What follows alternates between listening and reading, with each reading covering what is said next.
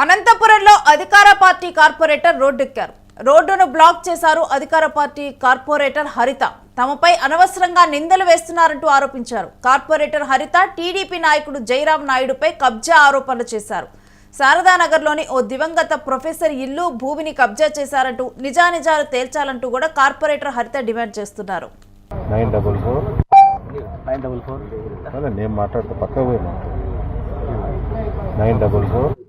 నా పేరు సాయి మనోహర్ అండి. నేను హైదరాబాద్ నుంచి వచ్చాను. నేను మా మేనత్త కనకదుర్గ అన్న ఆవిడ ఇక్కడ 40 years గా సత్యసాయి కాలేజ్ లో ప్రొఫెసర్ గా చేసి రిటైర్ అయ్యారనమాట. రిటైర్ అయ్యి ఇక్కడ ఇల్లు కట్టుకొని వాళ్ళు ఉన్నారు. అనుకోకుండా 2024 నవంబర్ లో ఆవిడ చనిపోయారు. రోడ్ యాక్సిడెంట్ లో రాజమండ్రి దగ్గర చనిపోయారు. అవన్నీ నేను అక్కడ రోడ్ యాక్సిడెంట్ చనిపోతే నేను అవన్నీ బాడీ అవన్నీ తీసుకొని నేను అంత్యక్రియలు అవన్నీ నేనే చేసి మా వాళ్ళందరూ నాతో పాటు మా పెద్దనాన్న పిల్లలు అందరూ వచ్చి మా ఫ్యామిలీ మెంబర్స్ అందరూ వచ్చి చేశాము.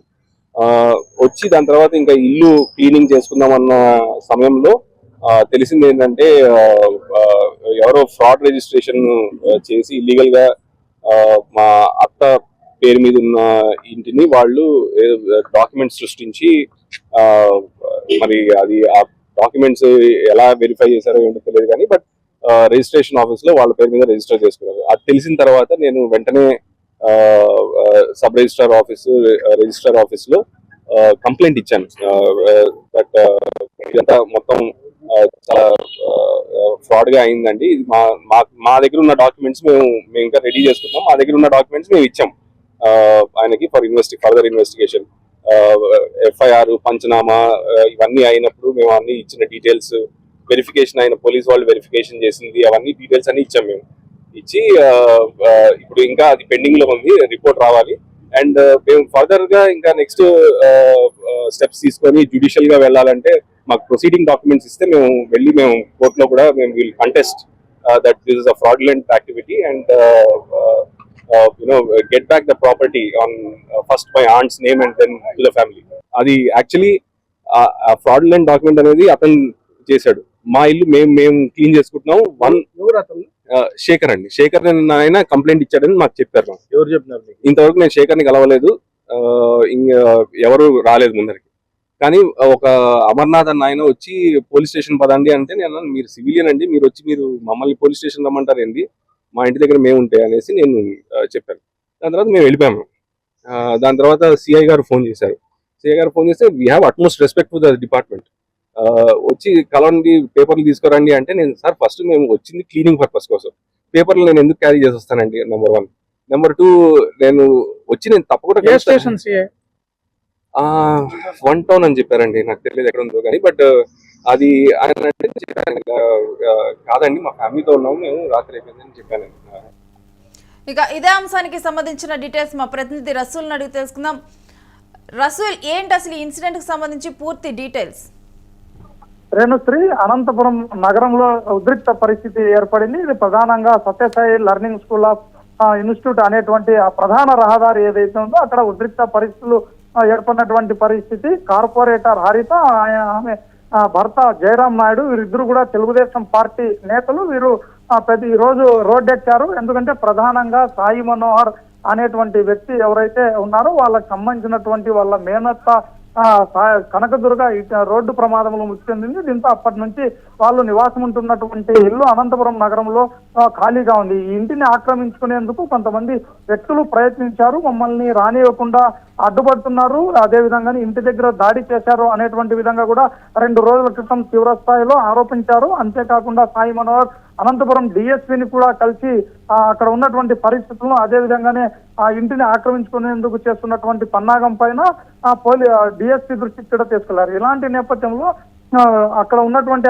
ఏదైతే శారదానగర్ ప్రాంతంలో ఉన్నటువంటి కార్పొరేటర్ హరిత, అదేవిధంగానే జయరాం నాయుడు, వీళ్ళు ఎవరైతే ఉన్నారో వీళ్ళు ఈ రోజు రోడ్డెక్కారు. ఎందుకంటే మా పైన ఆరోపణలు కొంతమంది చేశారు, అంతేకాకుండా కొన్ని పత్రికల్లో కూడా తమ పేరు వచ్చేటువంటి విధంగా వార్తలు వచ్చాయి. కాబట్టి దీని వెనుకల ఎవరున్నారు అనేటువంటిది వాస్తవాలను తేల్చాలి.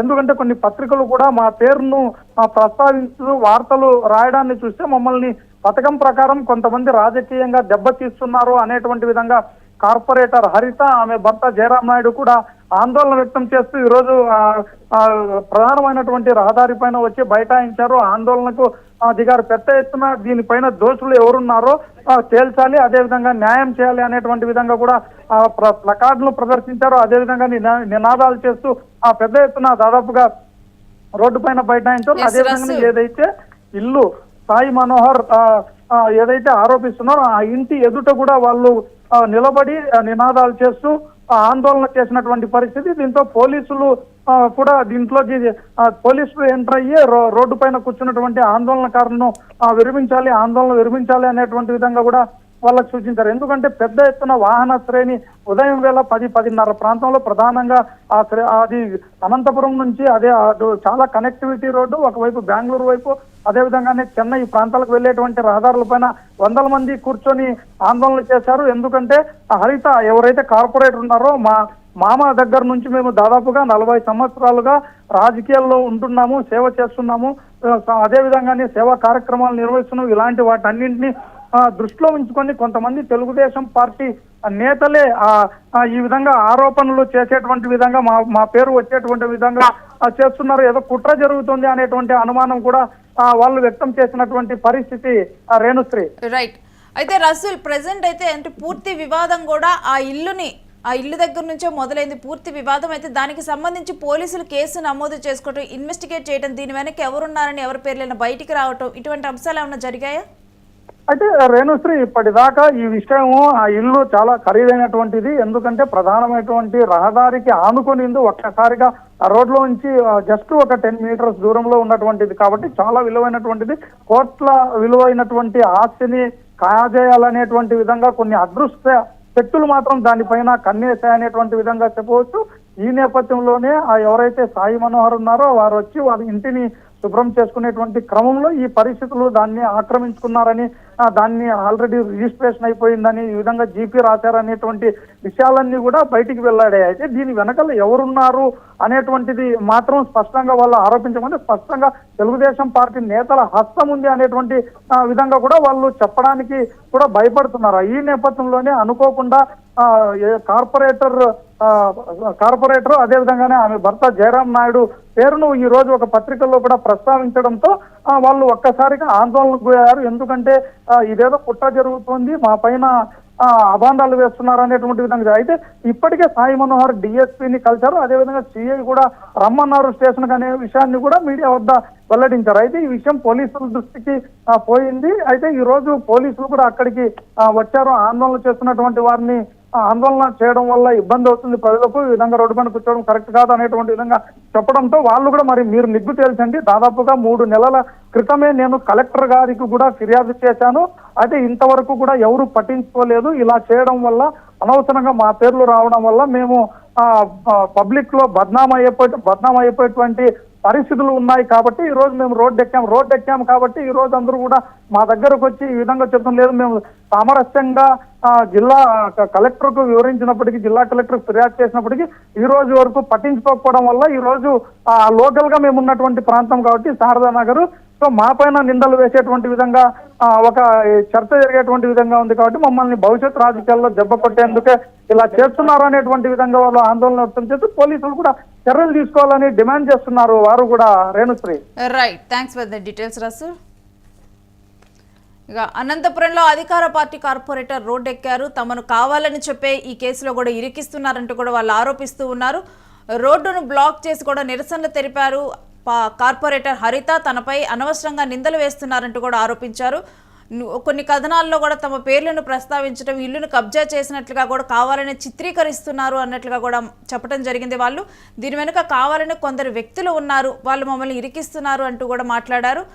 ఇక కార్పొరేటర్ హరిత, టీడీపీ నాయకుడు జయరాం నాయుడు పై అయితే కబ్జా ఆరోపణలు అయితే వెల్లువెత్తాయి. శారదానగర్లోని ఓ దివంగత ప్రొఫెసర్ ఇల్లుని భూమిని కూడా కబ్జా చేసినట్లుగానైతే చెబుతూ ఉన్నారు.